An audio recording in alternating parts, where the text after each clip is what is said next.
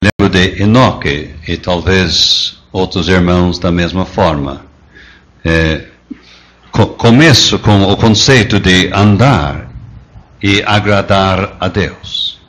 E Enoque andou com Deus e agradou a Deus.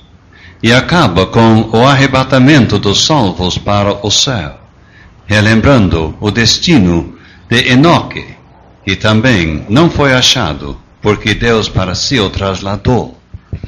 Sim, é muito interessante a colocação sobre Enoque aqui.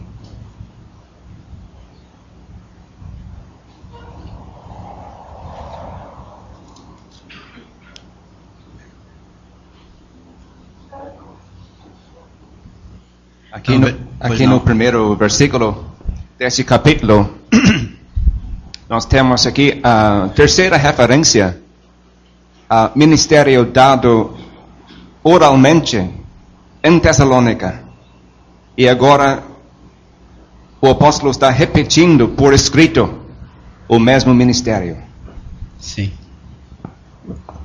Estou me referindo às palavras aqui escritas, que assim como recebestes de nós. Então ele já ensinou. Sim. E agora está repetindo.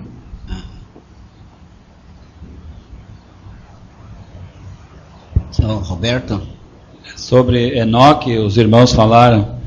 É bom lembrar que ele andou e agradou a Deus em tempos de bastante corrupção também. O mundo na impiedade, cada vez mais longe de Deus, mas ele andou com Deus. Sim.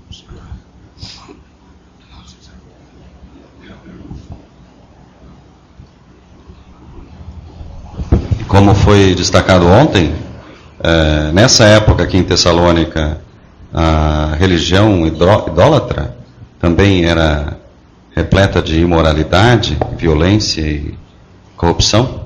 Então, como o Sr. Roberto já destacou, eu acho que há uma ligação entre os tempos em que Paulo estava escrevendo para Tessalônica e anteriores ao dilúvio, né? E os nossos também, né? Ligação. Parece que durante toda a história da humanidade tem sido assim. O ser humano sendo levado para este lado daquilo que é imundo aos olhos de Deus. Seu Carlos, pensando ainda em Enoque, ele foi arrebatado antes daquele grande dilúvio. Sim. A igreja vai ser tirada daqui antes daquela grande tribulação. Sim. Este conceito de agradar a Deus não precisa ser ampliado, já que deve ser a vida mais alta, ideal, mais bem abençoada que possa haver aqui neste mundo. A vida que agrada a Deus. Uma ambição mais alta não podemos ter. Sim. Seu Carlos, uma pergunta. Assim como recebestes de nós, foi ensino que eles já tinham dado ou foi o exemplo que eles viram? Ou as duas coisas? Pode ser que fosse as duas coisas, porque principalmente sobre o assunto que ele vai tratar a seguir, ele já falou antes, como foi a entrada do Evangelho lá naquela cidade. Eu concordo, eu acho que podemos incluir as duas coisas, porque nunca vemos nas Escrituras uma separação entre o homem e a sua maneira de viver, a sua palavra e a sua maneira de viver. Sim. Mas eu ia dizer, ligando com o que seu Tomás disse, seu Carlos, de que maneira convém andar? Ele está falando de uma responsabilidade, sem dúvida uma obrigação que nós temos, Mas como o seu Tomás estava dizendo, nós temos que reconhecer o privilégio. É uma maravilha que nós que nascemos em pecado, agora pela graça de Deus, temos como agradar a Deus nas nossas vidas. Antes da salvação nós não tínhamos como fazer isso. Então deveríamos reconhecer o privilégio que nós temos agora. Sim.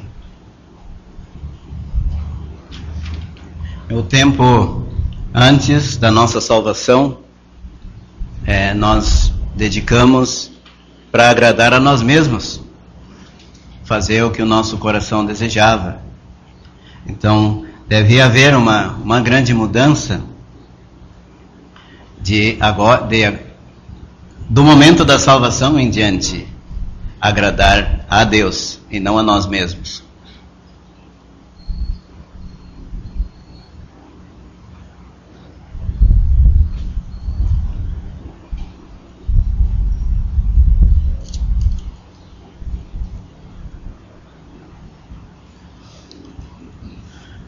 Eles já estavam andando assim, agradando a Deus.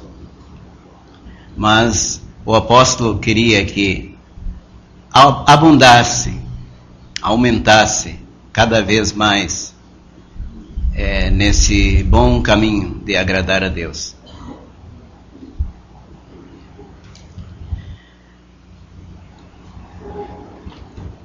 Seu Carlos, esse aqui para andar e para que abundeis cada vez mais.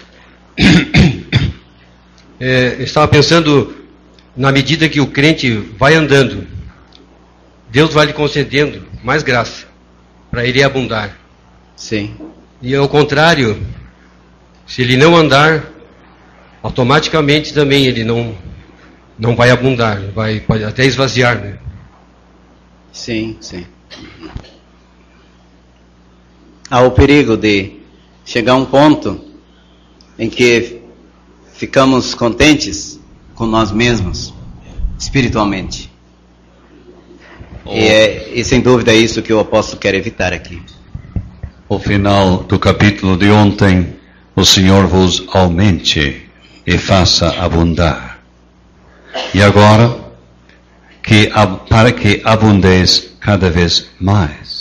E versículo 10, exortamo-vos, porém, que ainda nisto abundeis cada vez mais. Tem sido dito, e vale dizer de novo, que na escola de Deus não existem formandos. E não existe formatura. Sim. Não existe limite, não existe ponto máximo. Por mais que cresçamos, por mais progresso que façamos, sempre há muito campo para alcançar mais terreno ainda na nossa vida de santidade. Sim, é mesmo.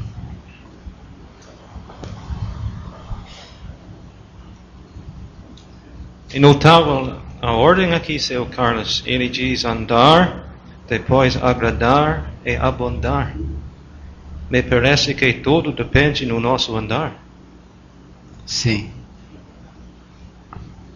O andar, o viver, né? Sim. Porque é impossível agradar a Deus se nós não andamos conforme a palavra de Deus. Sim.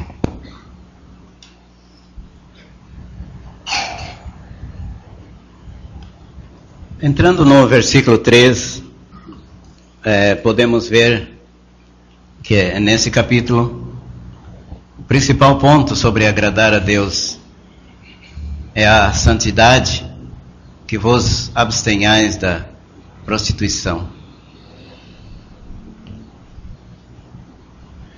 Em versículo 2, ele chama os seus ensinamentos mandamentos. E faz nos lembrar de 1 Coríntios, o que ele ensinou, ele chamou mandamentos do Senhor. Várias vezes agora em diante, ele usa a palavra mandamos. Assim, ele está mostrando que não é uma coisa opcional para o crente. Estes ensinamentos, se não agradam, não é isto. São mandamentos do Senhor. Sim. O Deus que se revela nas Escrituras é um Deus santo. Da primeira página à última, Deus é um Deus santo. O que tem caracterizado as religiões do paganismo, o que sempre caracterizou, foi a imoralidade. Naqueles tempos, os templos idólatras eram cheios de sacerdotes e sacerdotisas, que eram prostitutas. E Deus queria e quer uma total distinção entre aquilo que é dele e toma o seu nome como aquilo que é do mundo. Tem que se caracterizar e deve por santidade, pois o Deus que se revela nas Escrituras, que agiu na salvação do pecador, foi para livrá-lo, não só do inferno, mas para conduzi-lo em uma vida de santidade.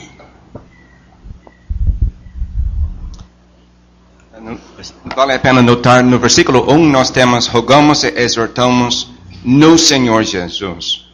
No Senhor Jesus. Versículo 2, sabeis que mandamentos vos temos dado pelo Senhor Jesus. No Senhor Jesus Cristo, isto quer em harmonia com o Senhor Jesus Cristo e na sua autoridade. Pelo Senhor Jesus Cristo, pela sua ajuda. E também os obreiros agiam como porta-vozes do Senhor Jesus. Sim.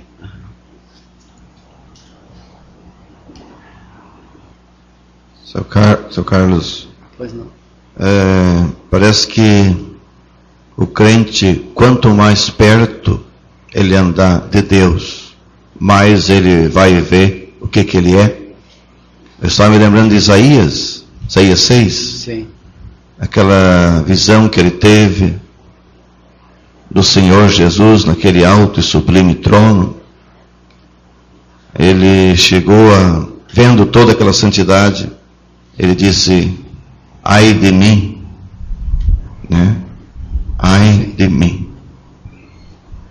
Então, ele podia ver melhor na presença e na santidade de Deus. Não tem dúvida. Eu estava lembrando do Salmo 16, que diz: tenho posto o Senhor continuamente diante de mim, visto que Ele está à minha mão direita, nunca vacilarei. Como o seu Alessio falou, na antiguidade a religião incluía a prostituição. Na atualidade, em muitos lugares também, porém escondidos, não à vista, não divulgado. E se nós mantemos o Senhor continuamente diante dos nossos olhos, é o que vai nos guardar nesta vida perto dele, de todas essas coisas que temos aqui. Diz aqui, esta é a vontade de Deus, a vossa santificação. Explica para nós isto. Tem crentes que não são santificados. Esta é a vontade de Deus, a vossa santificação. Parece que podemos ver duas coisas ligadas com esse assunto. A santidade é algo que recebemos de Deus. Somos santos no momento da salvação. Deus nos vê assim. Mas a santificação nós procurar mostrar pela prática que nós somos santos mesmo, deixando estas coisas ligadas com a imoralidade, não só a prática, mas a conversa sobre esses assuntos e pensamentos também sobre isto. Então, sempre há um caminho a trilhar e fazer avanços na santificação. Cada vez podemos ser mais, demonstrar mais que somos santos.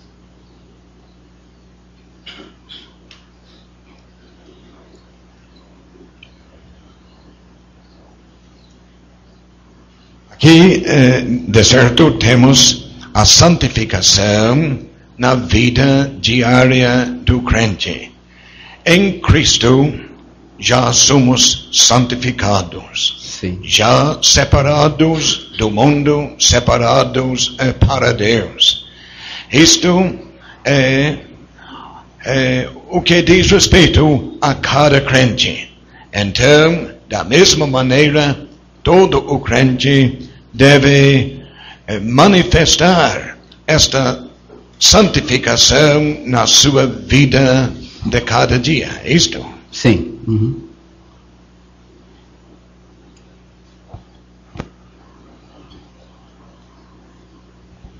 Nos dias de hoje, às vezes tem a tendência de chegar o mais perto possível do pecado sem ser atingido. Nós temos aqui a ideia de separação total, até fugindo Sim. da aparência do pecado. Exatamente.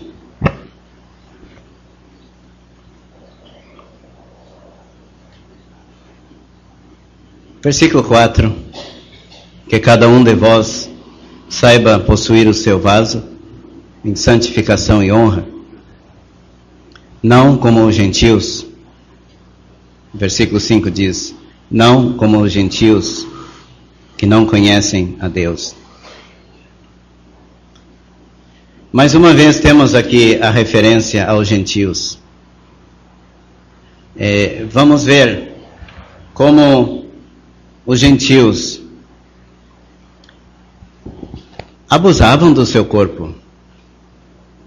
Faziam o que não deveria ser feito com o seu corpo. Somos lembrados que Deus tem interesse no nosso corpo. Que um dia há de acontecer a redenção do nosso corpo. Que esse mesmo corpo, um dia transformado, estará lá no céu. E que agora, nesse mesmo corpo, o Espírito Santo de Deus faz a sua morada. Então, com esses pensamentos, é que nós devemos encarar o assunto que temos aqui. Aquele que habita em nós, o destino que temos, não só para nossa alma, mas para o nosso corpo também. E com puro devemos nos guardar aqui agora. Com isto, o irmão entende que o seu vaso seria o seu corpo? Eu entendo assim. Uhum. Mas teria alguma coisa a nos ajudar? Também entendo assim, se bem que sabemos que temos irmãos que pensam ser a esposa. Teríamos que ouvir por que pensam assim. Em 1 Pedro 13:7, igualmente vós, marido, coabitais com ela com entendimento. Né? E 1 Coríntios 7:2, mas por causa da prostituição, cada um tem a sua própria esposa. Então, é nesse sentido que alguns pensam. Sim. É bom lembrar que quando um pecador é salvo pela graça de Deus, ele foi comprado, a pessoa inteira foi comprada pela obra de Cristo, pelo bom preço que o Salvador pagou. Ele não comprou só a nossa alma, ele comprou a pessoa inteira, alma e corpo e espírito. havia e há ainda hoje pessoas que pensam, é só a alma que importa, o corpo não tem importância. O corpo tem importância sim, e muita. Seu Carlos, Sim. temos 6 versículos aqui bastante difíceis, não de entender, mas de abordar num estudo bíblico como este. Mas nós temos de enfrentá-los porque precisamos da sua orientação. E eu acho que uma definição sua da palavra prostituição é necessária para o bom proveito desta passagem.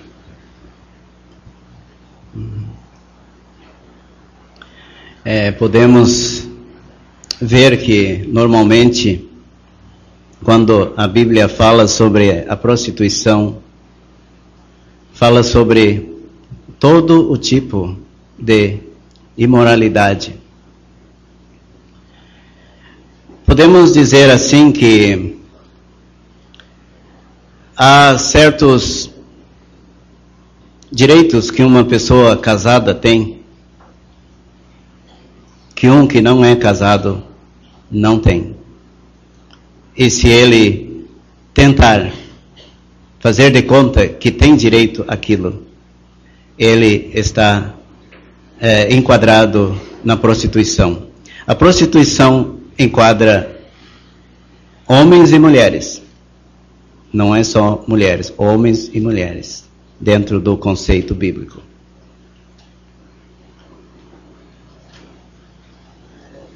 Seria todo relacionamento fora do casamento? Sim. Uhum.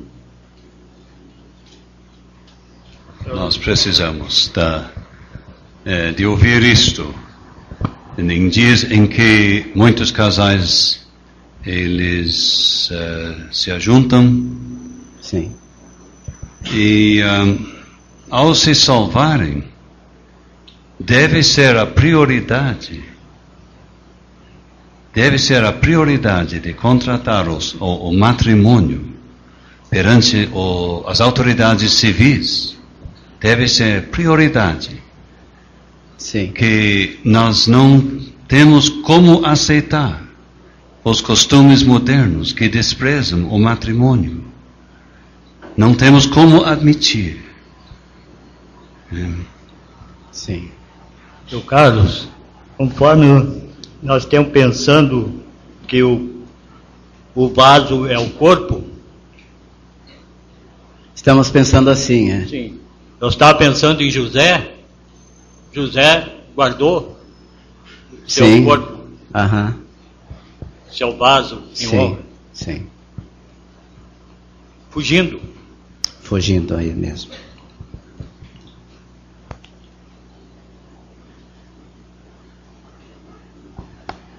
Eu acredito que o que nós temos aqui quanto ao vaso e o corpo do crente. O corpo. Cada crente tem que aprender a adquirir domínio, superioridade, controle do seu próprio corpo. É justamente isso que Paulo fala em 1 Coríntios capítulo 9. Nós lemos: subjugo o meu corpo e eu reduzo a servidão, para que pregando aos outros, eu mesmo não venha de alguma maneira a ficar reprovado. Até o apóstolo Paulo tinha de adquirir domínio e superioridade do seu próprio corpo. E as paixões do corpo nós temos de dominar. Eu reconheço que muitos irmãos dizem que o corpo, o vaso refere-se à esposa, mas eu tenho uma dificuldade com isso. Como é que um irmão pode saber possuir a sua esposa? Então tem palavras aqui que não são necessárias neste texto, se fosse realmente a mulher, a esposa.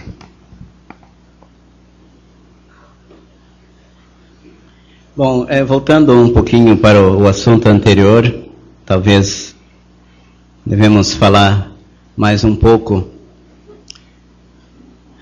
Na obra de Deus hoje, cada vez tem sido mais difícil ver novos membros acrescentados às igrejas. Por esse motivo, uma pessoa se salva, depois logo se descobre, tem problemas na vida, não é casado, vive ajuntado com alguém. É um caso muito difícil, mas uma coisa tem que ficar bem clara, que é desaprovado por Deus. E aquele novo crente, sabendo que está fora da vontade de Deus, ele deve procurar ele mesmo, não precisa ninguém procurar por ele a solução. Ele mesmo deve procurar a solução para agradar a Deus na sua vida, dali para frente.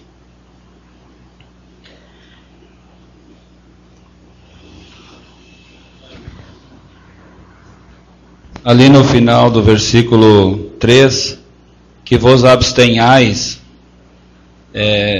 provavelmente era a vida desses tessalonicenses era marcada por esse tipo de vida imoral, pecaminosa. Era algo que eles infelizmente conheciam.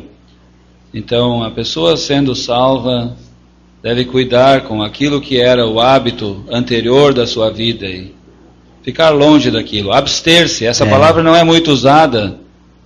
Que é isso? É ficar sem aquilo, longe, afastado. Parece, seu Carlos, que naquela época a prostituição, estando na própria igreja, na religião idólatra, né? Era uma coisa até quase que aceita normalmente. Incentivada. Então, se gloriavam nisso. Então, esta exortação de abster-se é muito própria nesse contexto. Se posso... Sim. Pois não? Falar de novo, quando chegarmos em versículo 6, nós vemos os cuidados necessários numa igreja, havendo ali irmãos e irmãs juntos. Vemos ali um capricho e um cuidado entre os irmãos e as irmãs. Esse estudo, Carlos, não pode passar sem acrescentar uma palavra para os jovens aqui presentes, e se tiver viúvo ou viúva também. Tantos jovens aqui presentes, tão bem-vindos que são. Uma orientação. Eles vão começar a namorar, talvez já tenham começado. Eles precisam aprender algo quanto ao seu comportamento durante o período do namoro, deste trecho, desses 6 versículos. Sirva-se da ocasião, por favor.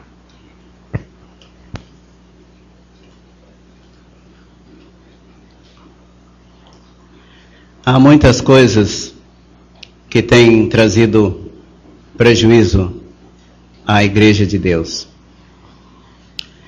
Nenhuma como esta que temos aqui. O inimigo há de procurar que o crente peque com o seu corpo. Porque, embora aceito pelo mundo, o mundo sabe que é errado. O povo sabe que é errado. E ficará uma mancha para sempre na vida daquele crente. Nunca será mais o mesmo. Então, uma mancha como esta, na época da mocidade, que tristeza. Na época da velhice também, mas na época da mocidade, Um crente que poderia ter 30, 40, 50 anos para servir a Deus, sendo ele bem jovem, ou mais até, completamente estragado. E seja jovem, seja velho, olha, devemos atentar para o que temos aqui.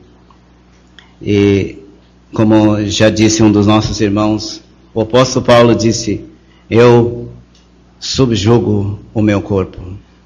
É verdade que tem sido o nosso Criador que tem colocado no nosso corpo certos desejos, mas Ele mesmo tem dado os limites para a satisfação desses desejos. O gentil era na paixão da concupiscência. O crente não. O crente, sentindo a dificuldade do controle dos desejos naturais do seu corpo, ele tem que chegar mais perto de Deus para conseguir que Deus o conserve nesse mundo mau. Mas talvez algum irmão queira nos dizer mais alguma coisa. Sobre este assunto que estamos tratando, estamos vivendo realmente nos últimos dias. Todos temos consciência disto. Os nossos dias se caracterizam por um padrão muito baixo de moralidade, um permissivismo, uma banalização destas coisas da imoralidade. Eu já disse aqui, parece outra vez, não me lembro, um médico lá em Osório, no seu consultório, disse para mim: a religião de vocês é muito repressiva.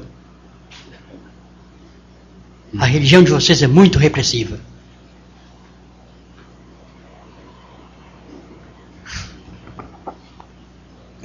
Agradar a Deus é o assunto que estamos tratando, né? Repressivo, esse repressivo é nesse sentido, né? Sim. Sim.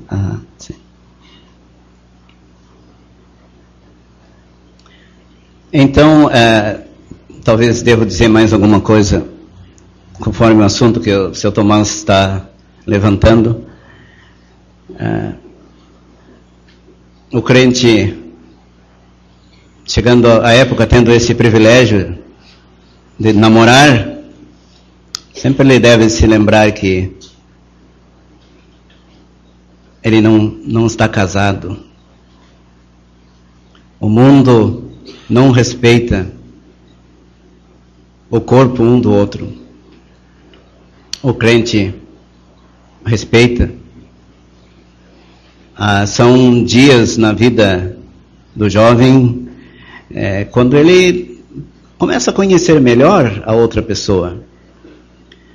Mas tem um limite do conhecimento. E ele tem que se conservar nesse limite. E não deixar que ninguém suspeite nada. Pode estragar o testemunho dos dois. Pois não.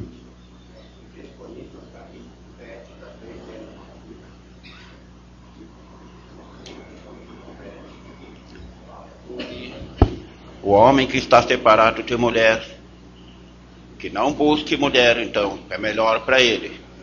Sim. Se ele está com mulher, que não se separe dela.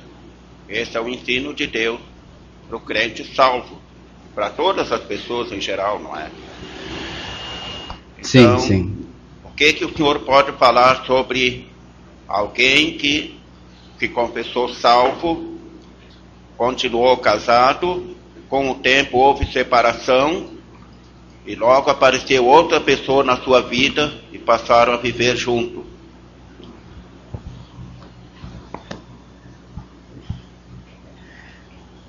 Nós temos duas palavras aqui no nosso trecho.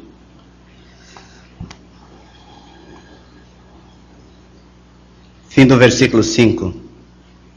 Os gentios que não conhecem a Deus, como os gentios que não conhecem a Deus. Versículo 8. Quem despreza isto não despreza ao homem, mas sim a Deus, que nos deu também o seu Espírito Santo. Deus nos deu o seu Santo Espírito, destacado aqui, Santo Espírito. Então, não mantendo em nossas vidas essa santidade, deixa-nos uma dúvida sobre a realidade da habitação do Espírito Santo nele. Ele está fazendo como os gentios.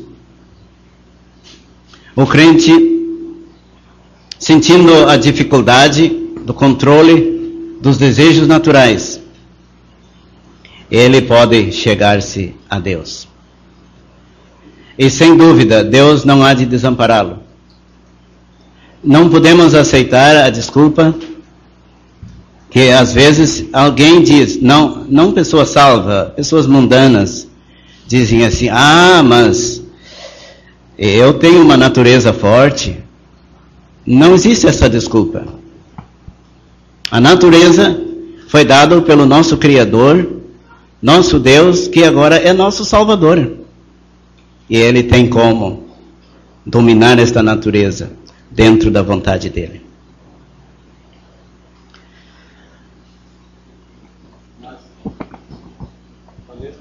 Faltou alguma coisa? Ele citou um caso de alguém casado, depois separado e depois ajuntado com outra pessoa. Foi isso, seu José? Sim. E o que é isso? Ele pergunta. É pecado? Mas isto é muita coisa errada demais. É dúvida sobre a realidade da salvação daquela pessoa. Ele despreza, temos aqui no versículo 8, ele despreza a Deus, os mandamentos divinos. O que podemos esperar mais? Seu Carlos, ainda sobre o namoro, há dois tipos de namoro. Namoro em que os pais concordam, sabem, estão de acordo, não com escolher do namorado, mas chegou a hora certa. E o namoro escondido. O que o senhor tem a dizer sobre entre um e o outro para o crente? Pois surge cada pergunta difícil. Eu devo dizer que não deve haver nada escondido na vida do crente. Eu acho que dizendo isto, já se diz tudo, né? Se está escondido, está mal. E se está mal, está fora da vontade de Deus. Não tem por que esconder. A pessoa tem uma certa idade, tem o seu direito, de acordo com o casamento é uma coisa instituída por Deus, não tem por que esconder. Agora, tem outro lado. Muitas vezes os pais podem não concordar. Aí isso é outra coisa. E daí o crente tem que procurar saber a vontade de Deus. Ele está seguindo esse caminho, não é escondido, mas ele sabe que os seus pais não gostam. Então ele tem que saber a vontade de Deus para ele, e não apenas saber se os pais gostam ou não. Ouvimos conselho sendo dirigido para solteiros, solteiras, jovens, viúvos, viúvas. Versículo 6, eu acho que temos alguma coisa para os casados. Sim. Versículo 6, porque ninguém oprima, o engane a seu irmão em negócio algum. A atualizada tem nesta matéria. Sim. Tá? Então, eu acho que temos aqui a possibilidade de vamos dizer, irmão em Cristo seduzindo a mulher de outro. Sim.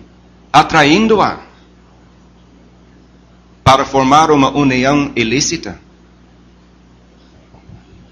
É exatamente, seu Lindsay, que eu queria falando sobre o vaso como o corpo, abordar dois assuntos. Um seria este. Mas outro, primeiro, sobre o controle. Quer dizer que mesmo aquele que é casado, ele tem que ter controle sobre os desejos do seu corpo. Ele não pode dizer, sou casado, tenho direito e pronto. A passagem aqui está mostrando. Assim são os gentios, não querem saber de nada. O crente, casado, tem certos direitos dados por Deus para a satisfação dos desejos que Deus, o Criador, tem colocado nele. Mas ele tem que se controlar. A nossa passagem afirma isto. E o ponto que o Senhor tem colocado é muito triste. É muito triste porque entre o povo de Deus, por causa do amor fraternal, se cria uma confiança entre os crentes. Uma confiança muito grande. Uma liberdade. E alguém mal intencionado pode passar o limite dessa liberdade. E é isso que nós temos aqui. E mais uma vez nos lembra o versículo anterior. Assim são os gentios. Quantas vezes neste mundo acontece que casais amigos, no mundo eu estou falando agora, casais amigos, faz jantar junto, faz almoço junto, na casa de um, na casa do outro. Quando vê a notícia, olha, fulano foi embora com a Beltrana, aquela que não devia ser. Assim são os gentios. Entre o povo de Deus, seria muito triste. Terrível ver isto. Um desprezo pelo mandamento do Senhor. Um abuso pelo seu irmão.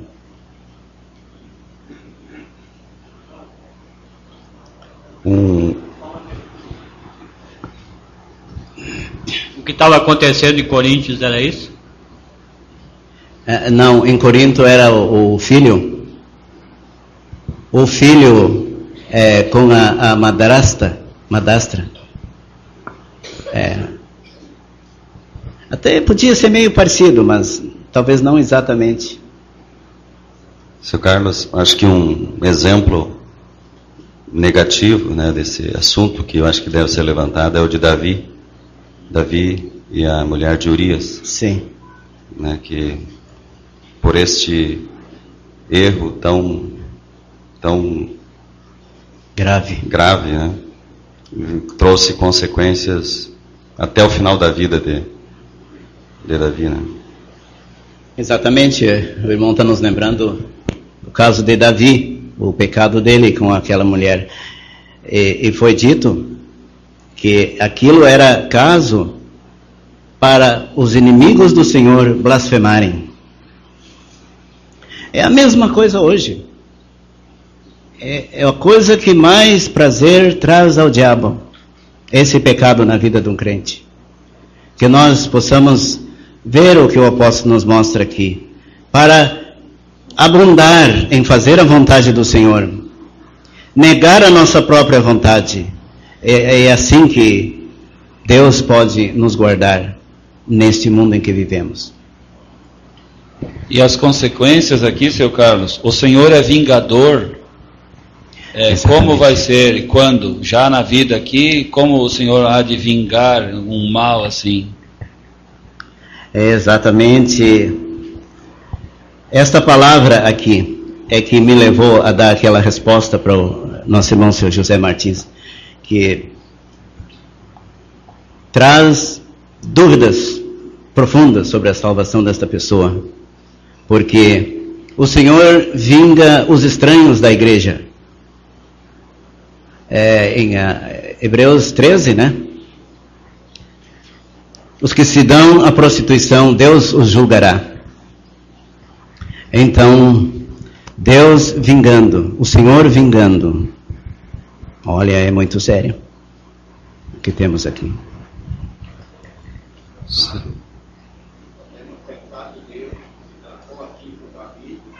No restante da família, no caso de Absalão, sim. Uhum. Deus agiu assim, então. Deus agiu assim. Uhum. So, Carlos, pois não? Versículo 9 introduz o assunto do amor fraternal. Cai muito bem neste setor, pois se um casalzinho de crentes, irmão e irmã em Cristo, estão namorando,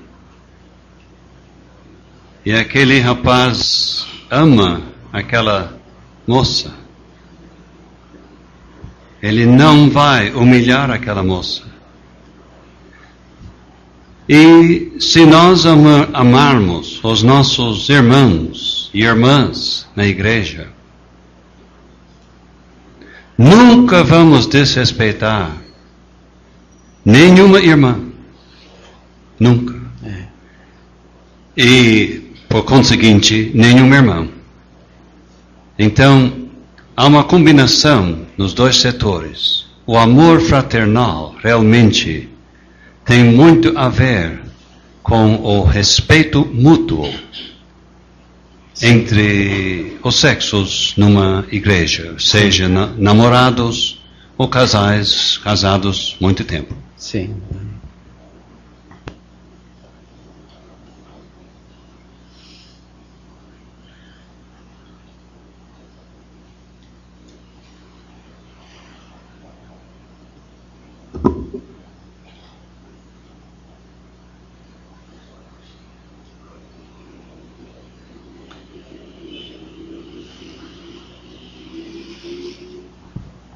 Então, comportamento baixo, assim como nós lemos aqui no início desse capítulo, traz consequências sérias, mesmo nesta vida.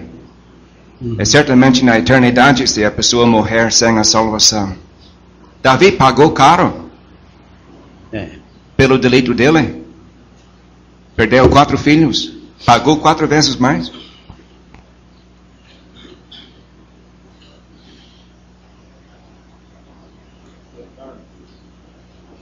Aqui no capítulo 5 ele vai dizer: abstende-vos de toda a aparência do mal.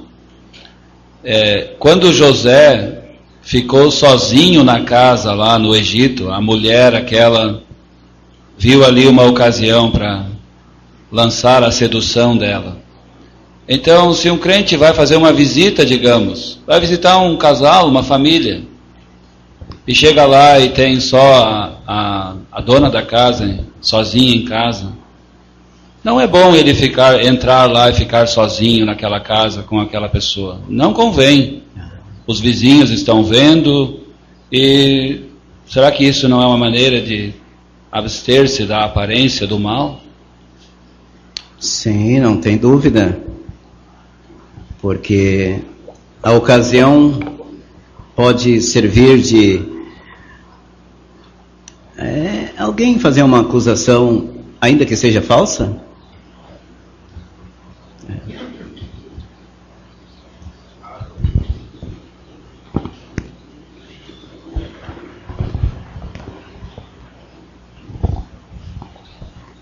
É bom que o Roberto citou, porque eu conheço pessoas salvas há mais de 20 anos, e aqueles que estavam convidando ele para falar o Evangelho evitavam de entrar dentro da casa de tais pessoas, e ao mesmo tempo, logo depois do crente salvo, ele também passou a orientar como o crente tem que agir, desta maneira como nosso irmão Roberto tem destacado: evitar a aparência do mal.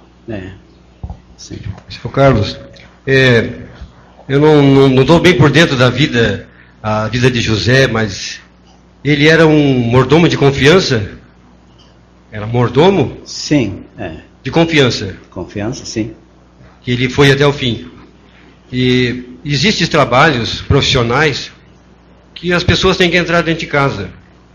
E às vezes encontra ali uma senhora, uma moça, uma menina. Então, é um caso também, e um crente, ele pode agradar a Deus nesse serviço. Entrar sozinho numa casa, trabalhar e ainda falar do Evangelho. É uma situação perigosa, mas eu acho que, em via de regra, não pode ser. Deixa eu dizer alguma coisa? Luiz? Não, eu estava ainda pensando. Só um pouquinho, tá? Vamos ver se ele dizer alguma coisa. Sim, mas é outro assunto. Outro assunto. Mas está no assunto, mas é. Tá, pode falar. Não, só complementando ainda que já foi falado sobre Davi, né? Em 2 Samuel 12:10. Agora, pois, não se apartará a espada jamais da tua casa, porquanto me desprezaste. O Senhor está dizendo: neste assunto, tu me desprezaste. E aqui no versículo 8 nós temos: porque quem despreza isso, não despreza o homem, mas sim a Deus. Tratar esse assunto da sexualidade com menosprezo, tratar a Deus e a sua palavra com desprezo. Senhor. Eu estava pensando que há uma diferença entre o que seu Roberto falou e o pensamento de seu Paulo. O Roberto estava falando de algum crente fazendo uma visita para alguma casa e tendo só uma senhora na casa, não convém entrar aí para conversar, passar tempo lá. Todos devem reconhecer a prudência disso. O que seu Paulo, eu entendo, está falando é um profissional entrando numa casa para fazer algum serviço. Ele não está perguntando sobre quem está em casa, convidaram ele para fazer um serviço naquela casa, arrumar qualquer móvel, fazer uma pintura ou fazer outra coisa.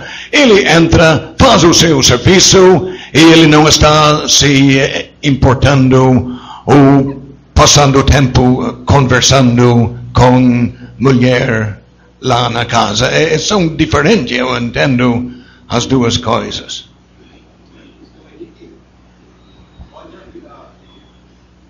Alguém que pode pensar mal também nesse trabalho.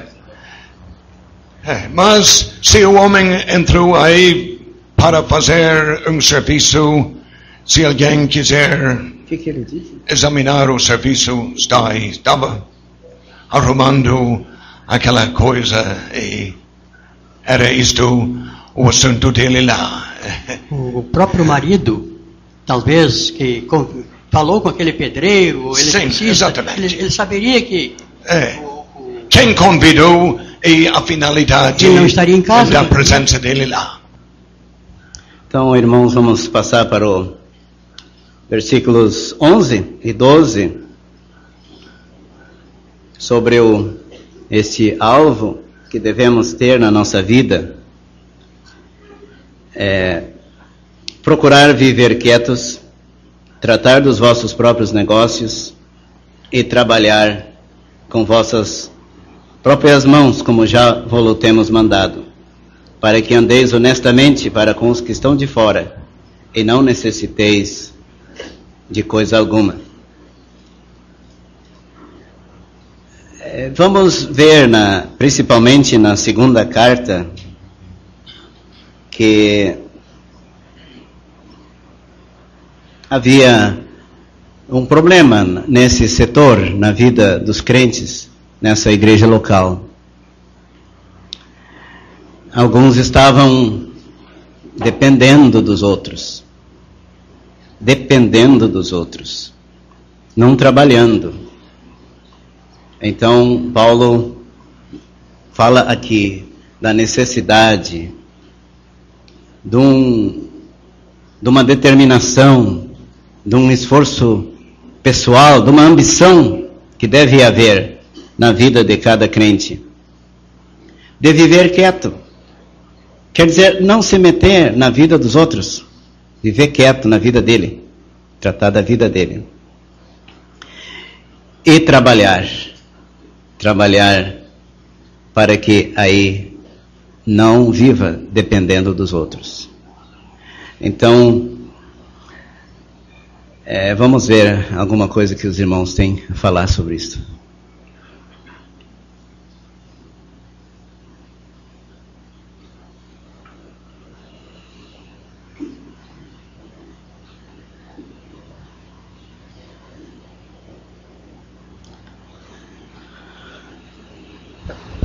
Tem duas coisas.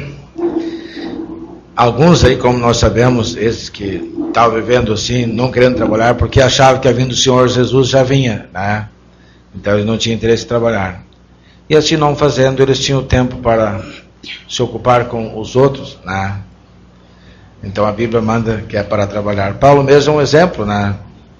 Claro, há casos, como nós sabemos, como já foi abordado, aquele que tem tirado seu tempo para o trabalho do Senhor é outra coisa, mas há pessoas que não se preocupam com o dia a dia do trabalho e nem com outras coisas, né? Exatamente. Explica alguma coisa sobre isso. Eu estava pensando que no capítulo anterior ele falou sobre o que falta à vossa fé.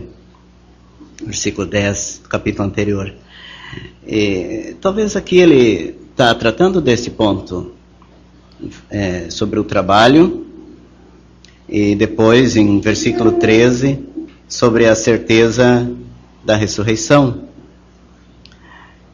Então é muito fácil,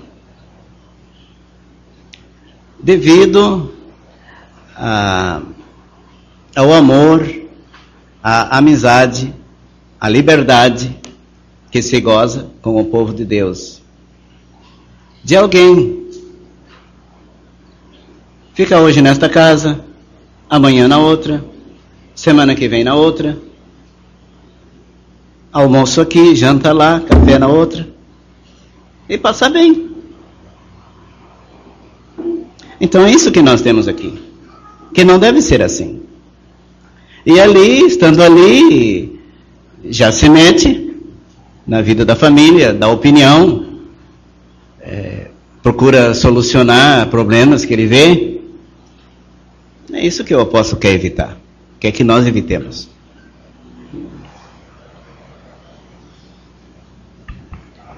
E é interessante que ele destaca para com os que estão de fora. Então, quem sabe estavam abusando o amor dos seus irmãos em Cristo, mas os que estão de fora estão olhando sempre. Sim. E nós temos que nos lembrar disso. Na sessão anterior, versículos 9 e 10, nós temos ali o assunto de amor fraternal. Isto é, vamos dizer, uma casa aberta. Um casal pronto, disposto a mostrar hospitalidade. Eu acho que esta sessão surge, esta sessão aqui, versículo 11 e também 12, o que nós temos aqui pode surgir desta demonstração de amor fraternal, hospitalidade. Sim. Estou pensando que num ambiente onde há afeição, bondade, generosidade, altruísmo, hospitalidade, amor, um ambiente assim pode ser abusado. Pode haver certos irmãos, certas pessoas que diriam, vamos aproveitar. Tem ali uma casa aberta. E tais pessoas vêm a ser um tipo de parasito, abusando uma casa aberta, por exemplo. Sim, exatamente. E para mim, a ligação entre estes dois trechos que seu Lindsay destacou mostra que a minha responsabilidade é demonstrar o meu amor para com o meu irmão. Não é esperar alguma coisa dele. Quem sabe este é o problema. Por causa do ensinamento do versículo 9 e 10, agora Paulo está pensando na possibilidade de alguns pensar, mas então, vamos deixar os nossos irmãos nos amar bastante, fazer muita coisa por nós. Mas não é assim. Eu deveria mostrar este amor para com os meus irmãos. Não é algo que eu deveria esperar dos outros. Sim.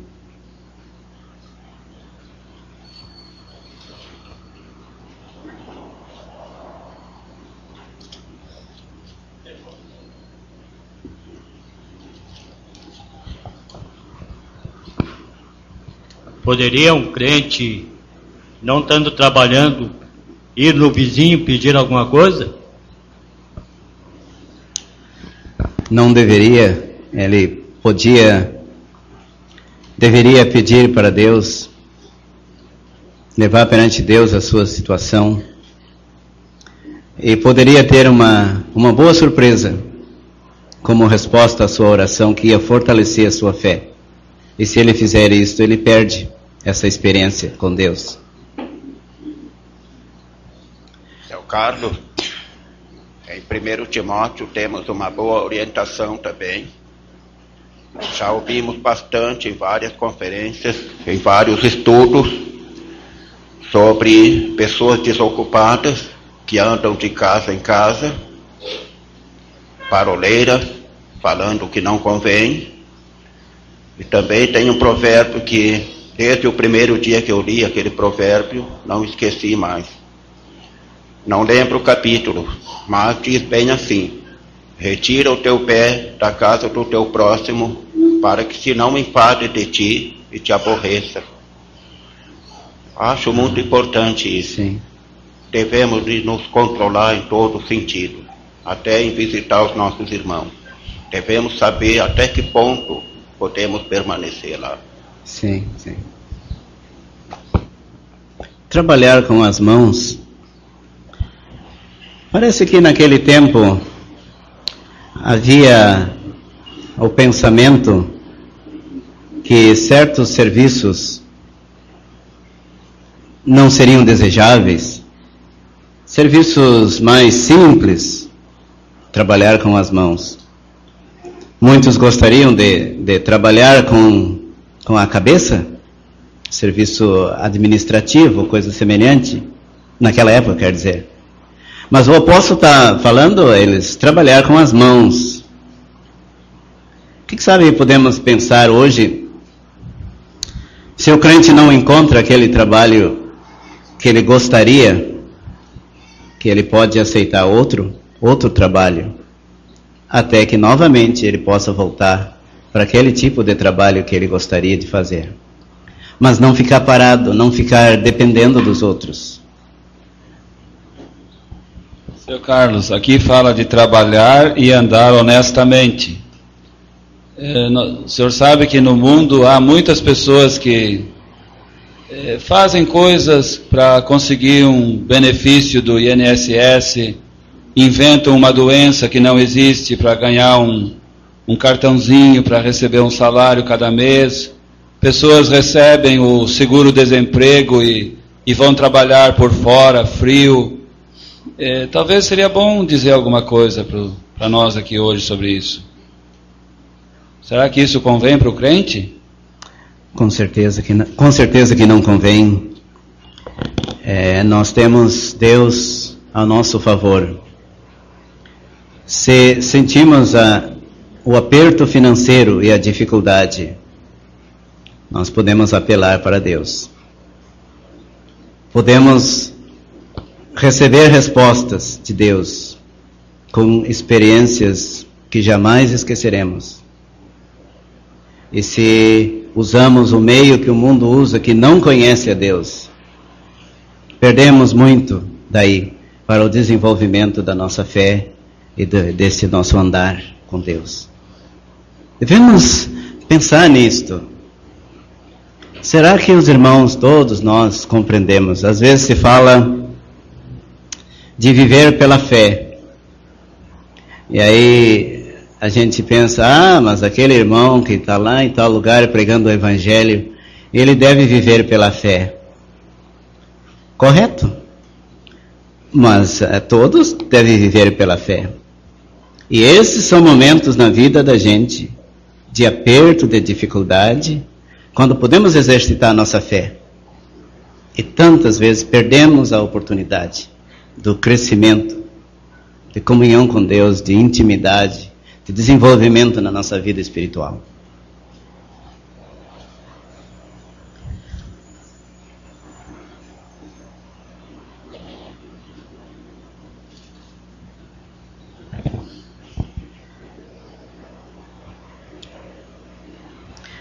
Versículo 13 e 14.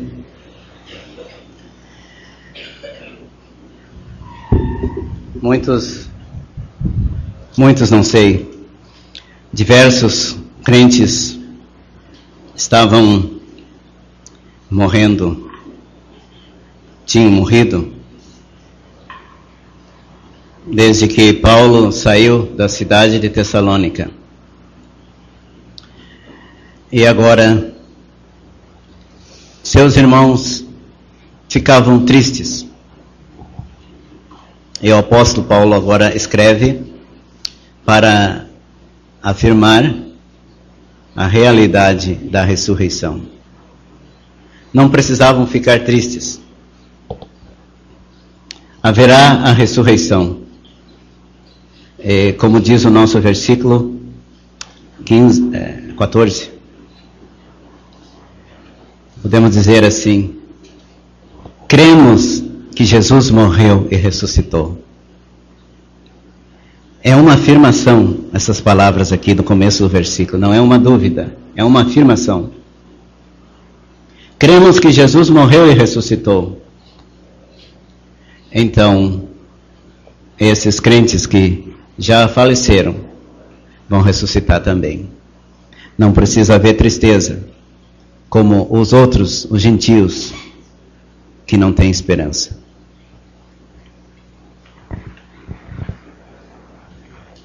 Então, não sei se o irmão já manifestou sua interpretação das palavras Deus os tornará a trazer com Ele.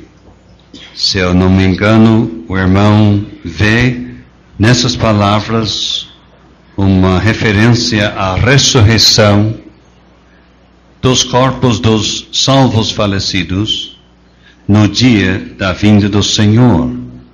Mas talvez vá ser mais específico. Não sei se é bem esse seu pensamento. Sim, é exatamente isso aí. Então, com Ele é com Cristo. Como Deus ressuscitou a Cristo, agora, da mesma forma, sim, como uma segunda etapa, Ele ressuscitará os corpos dos salvos que faleceram antes do arrebatamento. É este seu pensamento? É esse meu pensamento. Não estou pensando de trazer do céu com Ele. Estou pensando em, assim como Deus ressuscitou a Cristo, da mesma forma Deus vai ressuscitar aqueles que já faleceram salvos. Seu Carlos, se a referência fosse aos espíritos e não aos corpos, nós teríamos um problema com a palavra acerca dos que já dormem.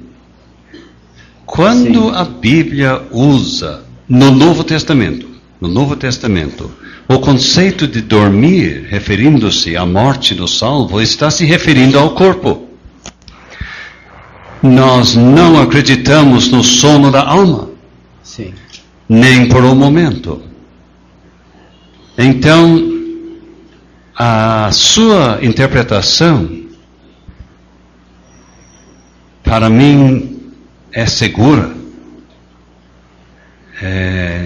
Não deixa margem para ninguém dizer que Deus trará as almas, os espíritos que estavam dormindo. Eu não sei agora o que os outros irmãos pensam. Quem sabe vamos ouvir. Sim. O Senhor destacou, eu creio com razão, a primeira frase do versículo 14. Para mim, essa frase é a base, é a chave do versículo. Se cremos que Jesus morreu e ressuscitou. O que aconteceu com Jesus? Ele morreu e depois ressuscitou. Assim também, aos que Jesus dormem, o crente também já morreu. O que vai acontecer agora? Deus o tornará a trazer com ele. Ele vai ressuscitar também. Então eu concordo plenamente com a interpretação do Senhor. Sim. Será que existe a possibilidade que as palavras com ele referem-se, vamos dizer, a viagem do Senhor Jesus Cristo dos ares para dentro do céu, no momento do arrebatamento? Isto é, o Senhor há de descer para os ares com alarido. Ele há de chamar para si os salvos no momento do tempo. Assim Deus há de trazer, na companhia de Cristo, a partir dos ares, para dentro do céu, todos os salvos. A minha dificuldade é, eu não vejo aqui os espíritos, mas certos irmãos falam em Cristo sendo as primícias, e depois os crentes, numa outra etapa da ressurreição. Mas eu não sei se crentes de 6 meses tinham conhecimento assim em Tessalônica. Ah, sim, mas não seria isto aqui o que falta à vossa fé? Acrescentando ensinos que eles não tinham completo ainda.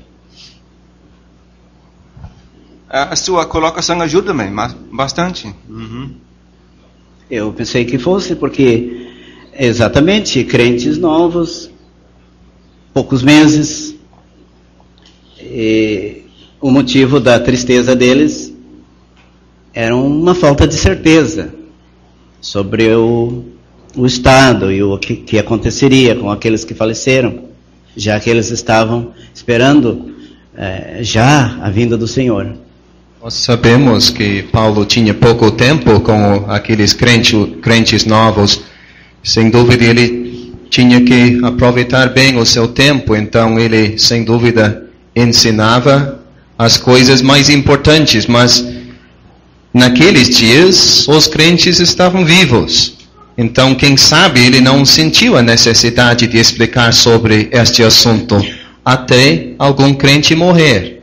Agora alguém ou alguns têm morrido e agora ele vai explicar este lado do assunto. Seu Carlos, de repente convém que o senhor explique de uma maneira simples o que há de acontecer quando o Senhor Jesus vier até os ares. O que há de acontecer com os espíritos dos salvos e com os corpos.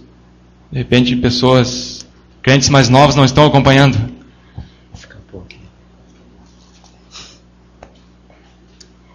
Só um momentinho.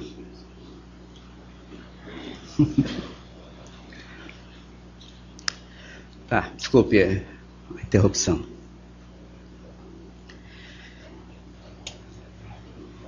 Nós tivemos em versículos 13 e 14 aqui a afirmação sobre a ressurreição. Não precisa haver tristeza. Os irmãos que partiram serão ressuscitados, como nós cremos que Jesus morreu e ressuscitou. A partir do versículo 16, nós temos então a vinda do Senhor. O mesmo Senhor, aquele que andava aqui, e que os apóstolos viram ele subindo ao céu em uma nuvem. Ele descerá. Haverá a voz, uma voz dando uma ordem para a ressurreição dos que faleceram e para a transformação dos vivos. A voz e também a trombeta de Deus e o alarido. Tudo se referindo à mesma pessoa, ao Senhor Jesus Cristo. Nesse momento, os falecidos são ressuscitados. Em seguida, os vivos transformados encontram-se nas nuvens. E das nuvens em diante, o Senhor Jesus os conduz para a casa do Pai, juntos. Não sei se eu satisfiz a sua pergunta. Minha maneira de fazer um resumo seria mais ou menos assim. Lá em Capivari, eles estudaram a primeira epístola e começaram na segunda. Eu estive lá ajudando um pouco. Eles queriam saber a respeito deste alarido, com alarido. Uhum. O alarido seria uma voz de comando, um comandante dando uma ordem. E a voz de arcanjo como uma autoridade. E a trombeta de Deus. Tudo são três maneiras de explicar a mesma coisa, para enfatizar cada vez mais.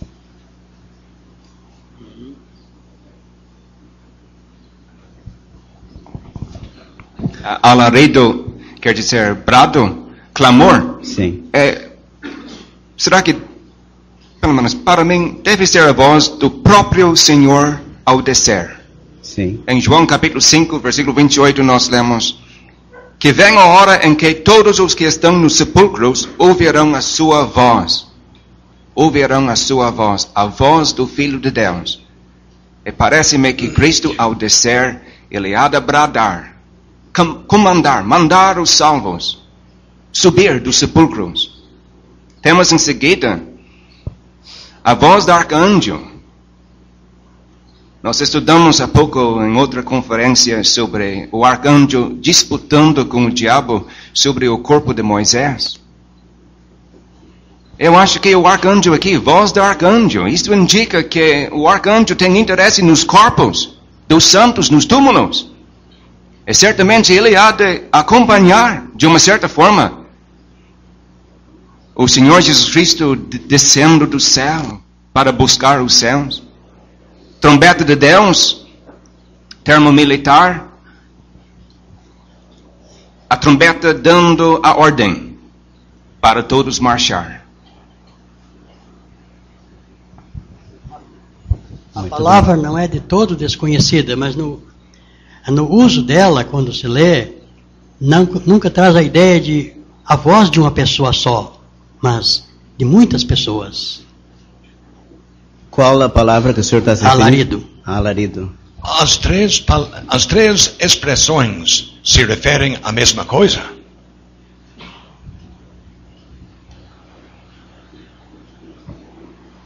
Eu gostaria de ouvir a resposta, mas eu tenho a convicção, não. Para mim seria a mesma coisa, a mesma três palavras para dizer, reforçar o mesmo argumento. Mas alarido é palavra de comando. Seria quase que um termo militar? Exatamente. Houve a voz do comandante e o vozerio dos comandados? Não, só a voz do comandante. Porque devemos lembrar, irmãos, que muitas palavras da nossa Bíblia não tem o significado do dicionário de português. Então, realmente, o nosso dicionário diz alarido é diversas pessoas gritando. Mas aqui é um comandante gritando. Uma voz distinta, de autoridade, dando aquela ordem para a subida do seu povo deste mundo. O alarido das crianças brincando, aquela... Sim, isso é o português, nosso português, né? Mas a nossa Bíblia é mais antiga, né? Algumas palavras meio antigas que...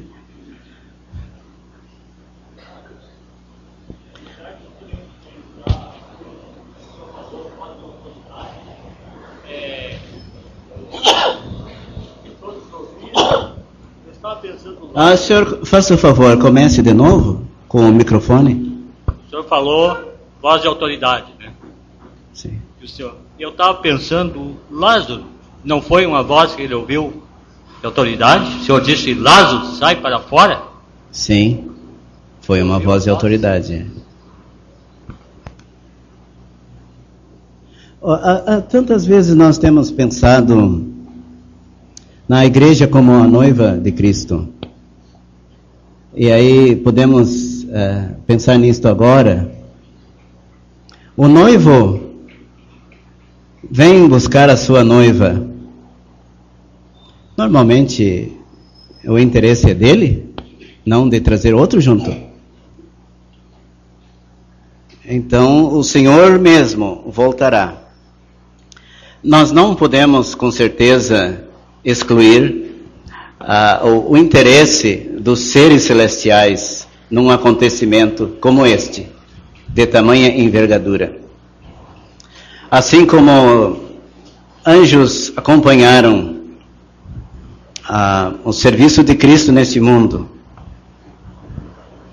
poderão ter interesse em acompanhar, mas parece que é o Senhor mesmo, Ele mesmo que vem. Quem ouvirá esta voz e trombeta e alarido? Quem ouvirá? Sim. Esta voz será apenas para aqueles que são salvos. E assim o mundo nada vai saber a não ser o desaparecimento repentino de milhões de pessoas. Exatamente. Há de ser, sem dúvida, um som calculado para alcançar aqueles que são salvos. E outros ao redor nada vão saber. E seremos arrebatados.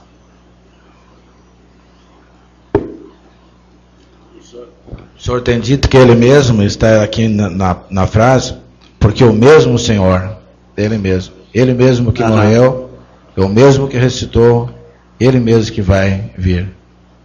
Sim. Então o problema lá em Tessalônica era a respeito dos falecidos, a participação dos falecidos no dia do arrebatamento. Os vivos lá em Tessalônica pensavam, olha, será que vão ser prejudicados, já que faleceram? Será que vão participar mesmo? Sim. No arrebatamento? Paulo diz aqui que os vivos não precederão, não irão adiante dos falecidos. Ele ainda diz aqui neste versículo, e os que morreram em Cristo ressuscitarão primeiro. Isto é, os falecidos terão uma pequena vantagem sobre os vivos, porque ressuscitarão primeiro. Sim. Então não serão prejudicados, pelo contrário, terão uma pequena vantagem. Estarão, vamos dizer, nas primeiras fileiras daquela multidão subindo para se encontrar com Cristo nos ares. Exatamente. A gente lendo aqui, talvez pense, ressuscitarão primeiro, encontro nas nuvens, encontro com o Senhor, representa assim três três tempos, né, diferentes. Mas em 1 Coríntios 15, nós lemos num momento, num abrir e fechar de olhos. Esse momento é muito pequeno. O homem tem conseguido dividir o segundo em 1000. Não sei como, mas vejo dizer que sim. Milésimo de segundo. Então Deus pode dividir em quantos 1000 o segundo? Vai ser primeiro, mas isto será super rápido. Impossível de ser acompanhado pelo olho humano ou pelo ouvido humano, a não ser aqueles que estão destinados para aquele momento. Seu Carlos, qual a influência deve existir nas nossas vidas, esse capítulo, esse trecho que estamos estudando, a vinda do Senhor, hoje? Pois é, deve ter muita influência, porque ele chegando hoje, eu vou deixar para trás tudo que eu tenho aqui. Se eu trabalhei muitos anos para adquirir muitos bens materiais, perdi muito tempo na minha vida. Se, pelo contrário, o crente viveu aqui e procurou aplicar bastante, se aplicar bastante para agradar a Deus, ele pode não ter feito muito progresso material, mas ele terá muito para receber na chegada lá. Então, eu acredito que é um pensamento que devemos ter.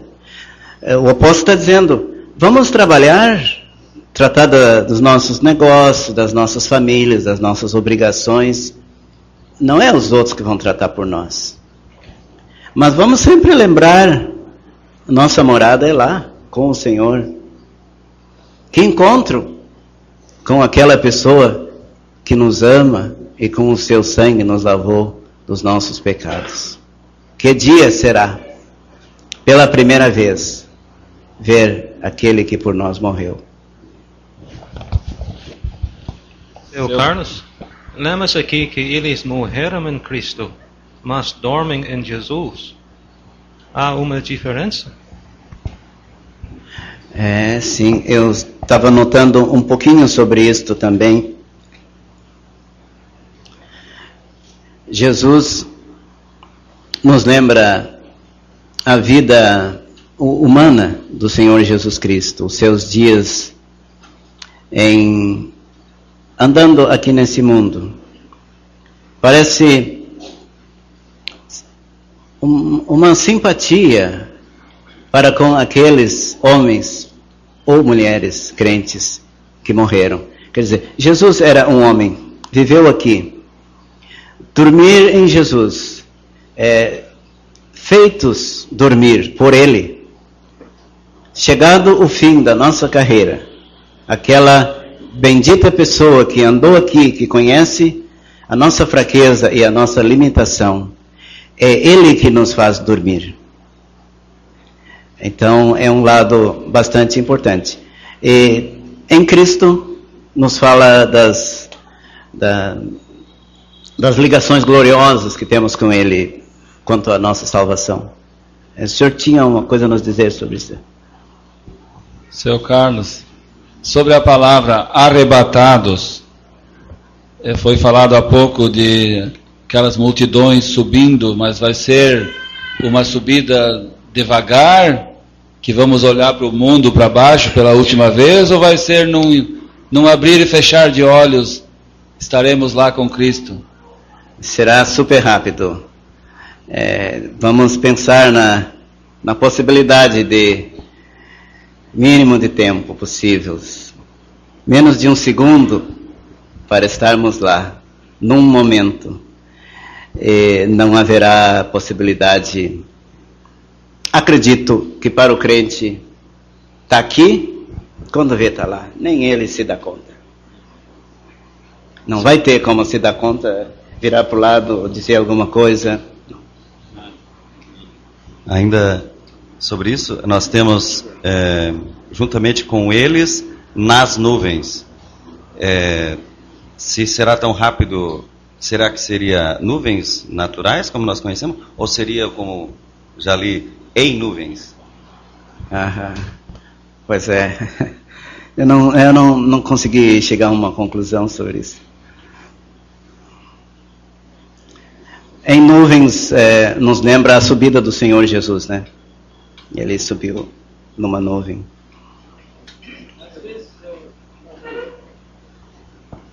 Às vezes eu já ouvi que vai ficar aqui a nossa roupa, tudo. Será que isso é ensino da palavra de Deus? Existe muita imaginação. Nós não podemos dizer o que não está na Bíblia. Se vai ficar aqui a roupa, se não vai ficar. Não é por nossa conta. Aquele que vem nos arrebatar é que vai tratar disto. Não deixou escrito para nós. Não precisamos nos preocupar. Caiu a capa de Elias, mas não toda a roupa dele. Mas eu acho que não precisamos pensar nisso aí. Isto vamos saber não depois. Não vai levar a nada. Carlos, isso vamos saber depois. Nós saberemos depois tudo isto. Mas os corpos serão transformados e glorificados, então esse é um detalhe, como o senhor disse, que não precisamos nos preocupar. Exatamente. Seu Carlos, como é? Nosso irmão, seu Samuel, que já está com Cristo, ele sempre gostava de destacar, eu me lembro, existem tantas ordens de anjos elevadas lá no céu, mas o Senhor Jesus não vai mandar um representante. Ele mesmo. Sim. Isso é muito bom destacar. Quando o presidente não pode estar na ocasião, vai um representante dele, mas neste caso não será assim. Não. Eu quero agradecer aos irmãos pela sua ajuda e assim chegamos ao fim deste estudo hoje. Muito obrigado.